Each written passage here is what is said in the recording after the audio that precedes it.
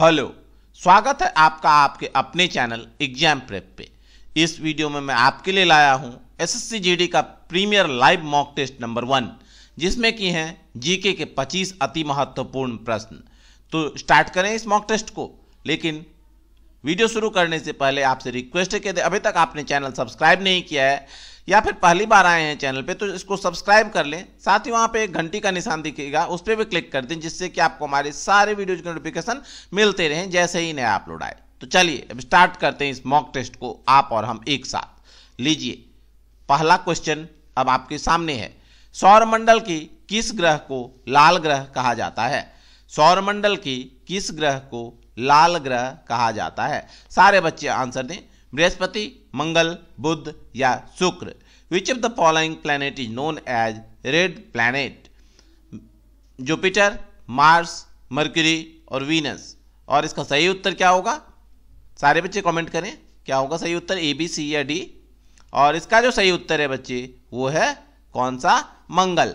मंगल ग्रह को red planet के नाम से भी जाना जाता है। क्यों जानते हैं इस नाम से? क्योंकि ये किस कलर का दिखता है? ये ऑरेंज रेड कलर का दिखता है। और ऐसा क्यों दिखता है? क्योंकि इसके मार्टिन रॉक्स जो हैं वहाँ पे रस्ट के कारण ये इस कलर का दिखता है। मार्टिन रॉक्स में रस्ट के कारण, जंग के कारण इसका कलर कैसा दिखता है? ऑरेंज रेड दिखता है। चलिए देखते हैं अब अगला क्वेश्चन। नेक्स्ट क्वेश्चन ये रहा। निम्न में से कौन सा जोड़ा सुमेलित नहीं है? आपको बताने हैं कि इनमें से कौन सा जोड़ा सुमेलित नहीं है। Which of the following pair is not correctly matched, and options are given below. Please answer A, B, C or D. Neyveli, lignite, Jharia, कोयला, कोलार, स्वर्ण, राउरकेला, अब्रक। बताइए क्या होगा सही उत्तर इसका, ए, बी, सी और डी? सारे बच्चे कमेंट करें आंसर। तो यहां जो सही उत्तर होगा वो होगा राउरकेला, अब्रक। ये सुमेलित नहीं है। राउरकेला क्या होगा? राउरकेला है स्टील के लिए, स्टील प्लांट के लिए है, न कि अब्रक के लिए। बाकी तीनों ये सुमेलित हैं। बढ़े अगले प्रश्न पे अब। लीजिए नेक्स्ट क्वेश्चन ये रहा। निम्न में से कौन सा जीवित जीवाश्म कहलाता है? Which of the following is known as living fossil? Living fossil के नाम से किसे जानते हैं इनमें से? साइकस, पाइनस, जिंगो और डायोप्टेरिस। साइकस, पाइनस, जिंगो और dryopteris. Which of the following is known as living fossil? किसे जीवित जीवाश्म के नाम से जाना जाता है? तो इसका जो सही उत्तर होगा वो होगा जिंगो। कौन सा है जीवित जीवाश्म? जिंगो। इसका पूरा नाम है जिंगो बाइलोबा। Ginkgo biloba. इसे किस नाम से जानते हैं? लिविंग फॉसिल जानते हैं, क्योंकि इसका कोई भी क्लोज रिलेटिव नहीं, इससे मिलता जुलता कोई भी प्रजाति नहीं पाया जाता है। और ये फॉसिल प्लांट है जो कि पर्मियन एज से ही पाया जाता है। ठीक है, चलिए देखते हैं अब अगला क्वेश्चन। नेक्स्ट क्वेश्चन ये रहा आपके सामने। अब कौन सी अक्षांश रेखा भारत के मध्य से होकर गुजरती है? कौन सी अक्षांश रेखा भारत के मध्य से होकर गुजरती है? Which of the following latitude passes from the mid of India? Option है आपके सामने। 66.5 डिग्री अक्षांश रेखा, 45 डिग्री अक्षांश रेखा, 23.5 डिग्री अक्षांश रेखा या फिर 0 डिग्री अक्षांश रेखा। भारत के मध्य से इनमें से कौन सी रेखा गुजरती है? तो जो इसका सही उत्तर होगा वो होगा 23.5 डिग्री अक्षांश रेखा। 23.5 डिग्री अक्षांश रेखा जो है वो अन्य किस नाम से जानी जाती है? कर्क रेखा के नाम से जानी जाती है। और ये भारत के 8 राज्यों से होकर गुजरती है, जो कि भारत के बीचों बीच पास करती है। बढ़े अब अगले प्रश्न पे। लीजिए नेक्स्ट क्वेश्चन ये रहा आपके सामने। भारत की पश्चिम से पूर्व की दूरी लगभग कितने किलोमीटर है? पश्चिम से पूर्व की दूरी, ईस्ट वेस्ट डिस्टेंस या ईस्ट वेस्ट लेंथ, कितनी है भारत की पश्चिम से पूर्व की दूरी? ऑप्शन है 3100 किलोमीटर, 2900 किलोमीटर, 2700 किलोमीटर या फिर 2500 kilometre. What is the distance from east west to east of India? 3100 kilometre, 2900 kilometre, 2700 kilometre और 2500 kilometre approximate distance. Answer comment करें आप लोग सारे बच्चे। और इसका जो सही उत्तर होगा वो होगा ऑप्शन बी, 2900 किलोमीटर। भारत की जो नॉर्थ साउथ है डिस्टेंस या लंबाई वो कितनी है? 3214 किलोमीटर। और ईस्ट वेस्ट कितनी है? ईस्ट वेस्ट जो है वो है 2933 किलोमीटर। तो ये लगभग किसके बराबर हुई? ऑप्शंस में से 2900 किलोमीटर के। चलिए देखते हैं अब अगला क्वेश्चन। नेक्स्ट क्वेश्चन ये रहा, इंडिया डिवाइडेड नामक पुस्तक किसने लिखी? Who wrote the book India divided? And your options are Sardar Vallabh Bhai Patel, Jawaharlal Nehru, Mahatma Gandhi और डॉक्टर राजेंद्र प्रसाद। किसने लिखी इंडिया डिवाइडेड नामक पुस्तक? आंसर कमेंट करें सारे बच्चे, ए बी सी और डी। सारे बच्चे बताएं क्या होगा सही उत्तर इसका। तो जो इसका जो सही उत्तर है, इंडिया डिवाइडेड नामक पुस्तक किसके द्वारा लिखी गई है? ये लिखी गई भारत के प्रथम राष्ट्रपति डॉक्टर राजेंद्र प्रसाद के द्वारा। डॉक्टर राजेंद्र प्रसाद ने इंडिया डिवाइडेड नामक पुस्तक लिखी थी। चलिए देखते हैं अब अगला क्वेश्चन। नेक्स्ट क्वेश्चन है, भारत में उच्चतम न्यायालय में न्यायाधीशों की संख्या बढ़ाने का अधिकार किसके पास है? न्यायाधीशों की संख्या बढ़ाने का अधिकार किसके पास है, यह पूछा गया है आपसे। Who among the following can increase the number of जजेज in the supreme court of India? Option है भारत के मुख्य न्यायाधीश, भारत के राष्ट्रपति, भारत की संसद या केंद्रीय विधि मंत्रालय। Chief justice of India, president of India, parliament of India और the central law ministry. Which of the following is correct answer? Comment your answers, A B C या डी। अपने आंसर कमेंट करें क्या होगा सही उत्तर। तो इसका जो सही उत्तर होगा वो क्या होगा? वो होगा ऑप्शन सी, भारत की संसद को यह अधिकार है। प्रारंभ में जब देश गणतंत्र हुआ, यानी कि जब संविधान लागू हुआ, तो उच्चतम न्यायालय में न्यायाधीशों की संख्या थी 7 जोड़ 1, अर्थात 7 न्यायाधीश और 1 मुख्य न्यायाधीश। और आज की तारीख में यह संख्या बढ़ के हो गई है 30 जोड़ 1। अभी 31 टोटल न्यायाधीश हो सकते हैं उच्चतम न्यायालय में। अगला क्वेश्चन ये रहा आपके सामने। अब गांधी जी ने जिस विदेशी पत्रकार को दांडी मार्च के समय अपने साबरमती आश्रम में ठहराया वह कौन था? जो विदेशी पत्रकार गांधी जी के साबरमती आश्रम में ठहरे थे वो कौन थे? Web Miller, Louis Fischer, Richard Greg और किरवाई पेज। बताइए क्या होगा सही उत्तर, ए बी सी या डी। कमेंट करें सारे बच्चे। तो इसका जो सही उत्तर है वो है वेब मिलर। ये अमेरिकी पत्रकार थे जो कि क्या कर रहे थे? वॉर कवर करते थे, युद्ध को कवर किया करते थे, और ये नमक सत्याग्रह को कवर करने के लिए आए हुए थे, और इन्हें ही गांधी जी ने ठहराया था अपने साबरमती आश्रम में दांडी मार्च के दौरान। बढ़ते हैं अब अगले प्रश्न पे। नेक्स्ट क्वेश्चन है, एक निश्चित समय पर किसी देश के नागरिकों के पास वस्तुओं के भंडार को क्या कहा जाता है?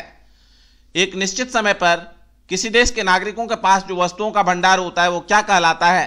राष्ट्रीय आय, राष्ट्रीय संपत्ति, प्रति व्यक्ति आय या राष्ट्रीय साधन? कमेंट करें अपने आंसर, ए बी सी और डी। सारे बच्चे जवाब दें इसका क्या होगा सही उत्तर। तो इसका जो सही उत्तर है वो है राष्ट्रीय संपत्ति। क्या कहलाती है ये? राष्ट्रीय संपत्ति, national wealth. Okay, next question ये है अब आपके सामने। संसार में सबसे अधिक सक्रिय ज्वालामुखी कहां पाए जाते हैं? संसार में सबसे अधिक सक्रिय ज्वालामुखी कहां पाए जाते हैं? और आपके ऑप्शंस हैं हिंद महासागर, अटलांटिक महासागर, प्रशांत महासागर या फिर आर्कटिक महासागर। Where maximum number of active volcanoes are found? Indian Ocean, Atlantic Ocean, Pacific ocean और आर्कटिक ओशन। क्या होगा सही उत्तर? तो इसका जो सही उत्तर है वो है प्रशांत महासागर। कहां पाए जाते हैं? पैसिफिक ओशन में। इसे इसीलिए किस नाम से भी जानते हैं? इसे अग्निवलय के नाम से भी जाना जाता है। अग्निवलय के नाम से जाना जाता है, जो कि लगभग 40,000 किलोमीटर क्षेत्र में फैला हुआ है। ओके, देखते हैं अब अगला प्रश्न। नेक्स्ट क्वेश्चन है, गणतंत्र दिवस 2019 में मुख्य अतिथि किस देश के राष्ट्रपति हैं? इस साल जो गणतंत्र दिवस हुआ उसमें मुख्य अतिथि कौन थे?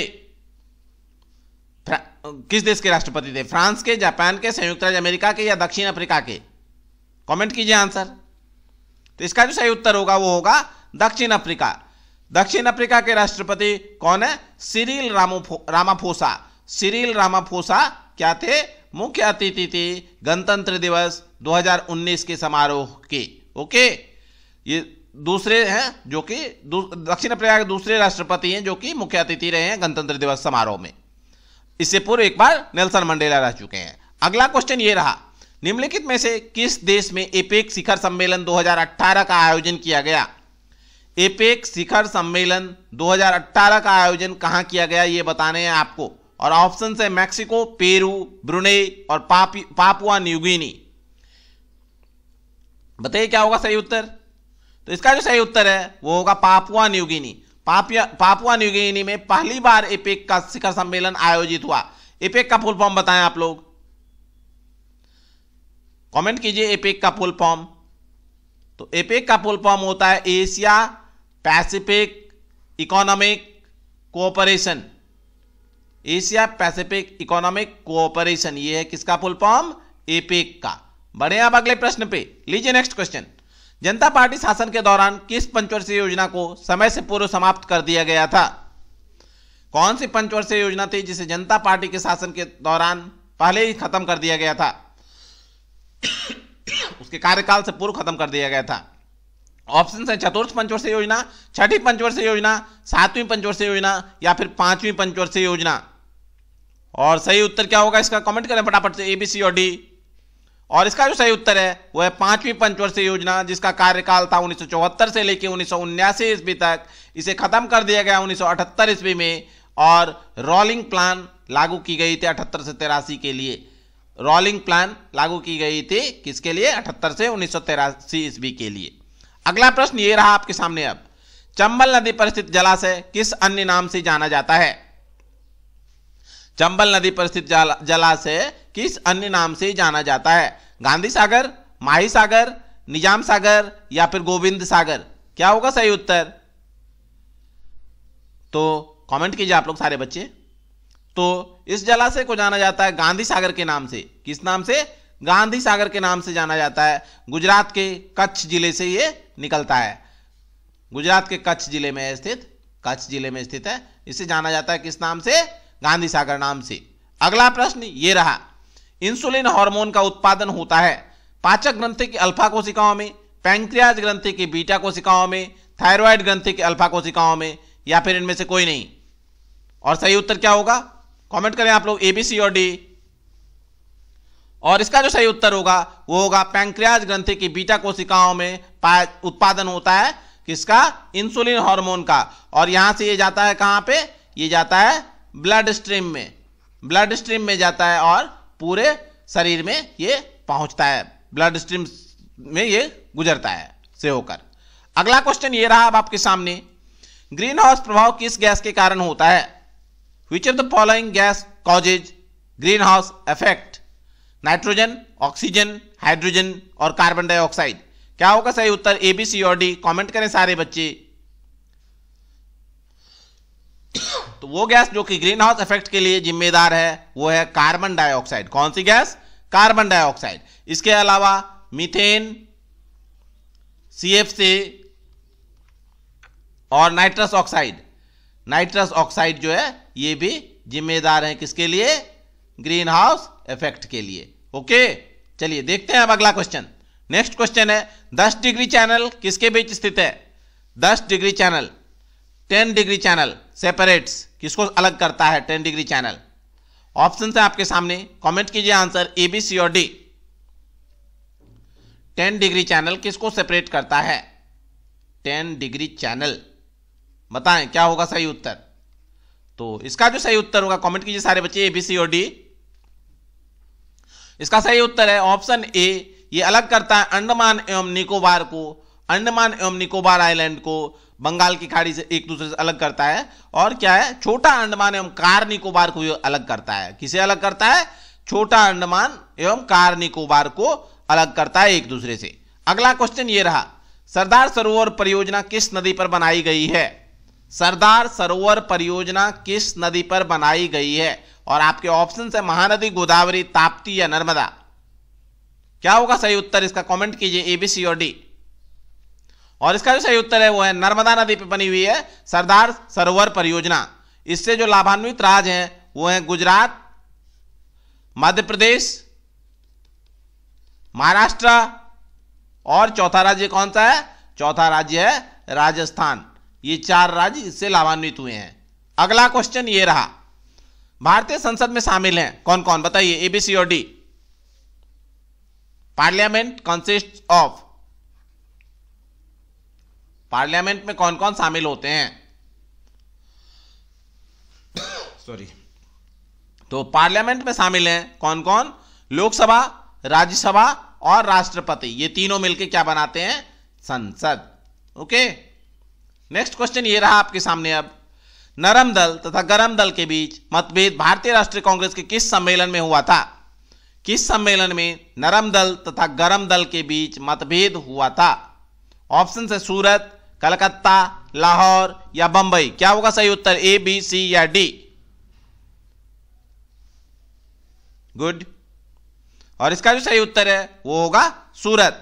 सूरत अधिवेशन 1907 ईस्वी में क्या हुआ था? नरम दल और गरम दल में मतभेद हो गया था। गरम दल वाले चाहते थे कि लाला लाजपत राय बने इस अधिवेशन के अध्यक्ष, जबकि अध्यक्षता किसने की थी? डॉक्टर रास बिहारी बोस ने। डॉक्टर रास बिहारी बोस ने इस अधिवेशन की अध्यक्षता की थी, जबकि गरम दल चाहते थे किससे अध्यक्ष बनाना? लाला लाजपत राय को। और इसी कारण क्या हुआ था?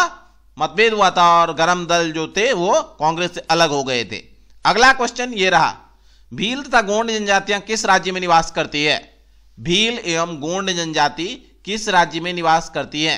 राजस्थान, मध्य प्रदेश, असम या झारखंड?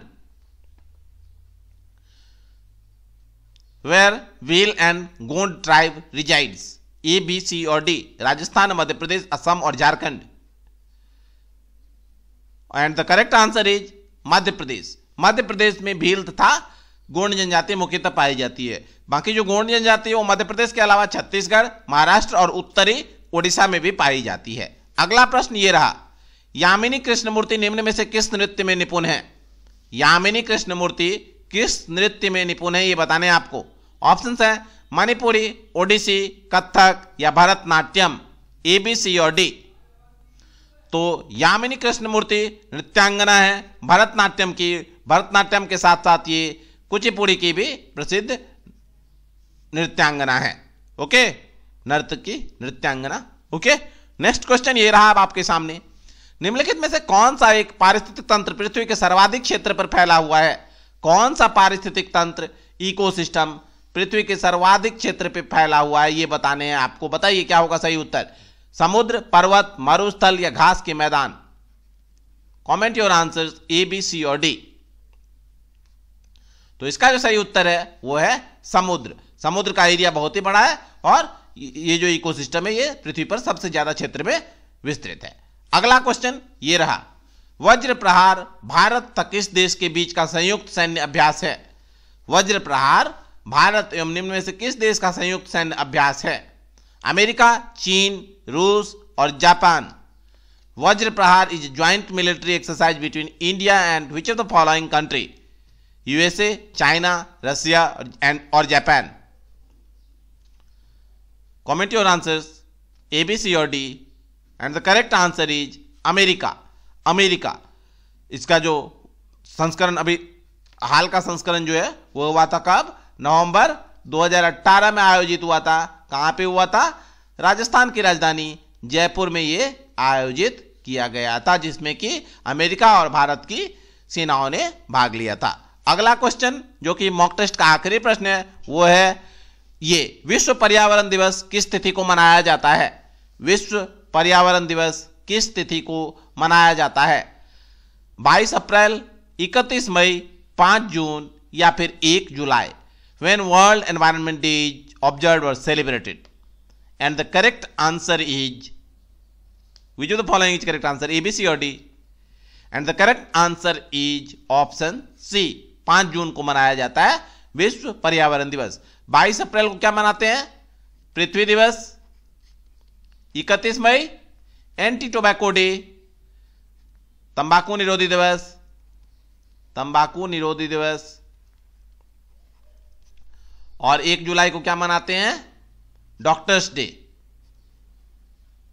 चिकित्सक दिवस, या फिर एसबीआई डे। एसबीआई की भी स्थापना इसी दिन हुई थी, तो वो भी मनाते हैं इसी तारीख को। ओके, चलिए देखते हैं अब कल कौन सा टेस्ट आता है आपके लिए।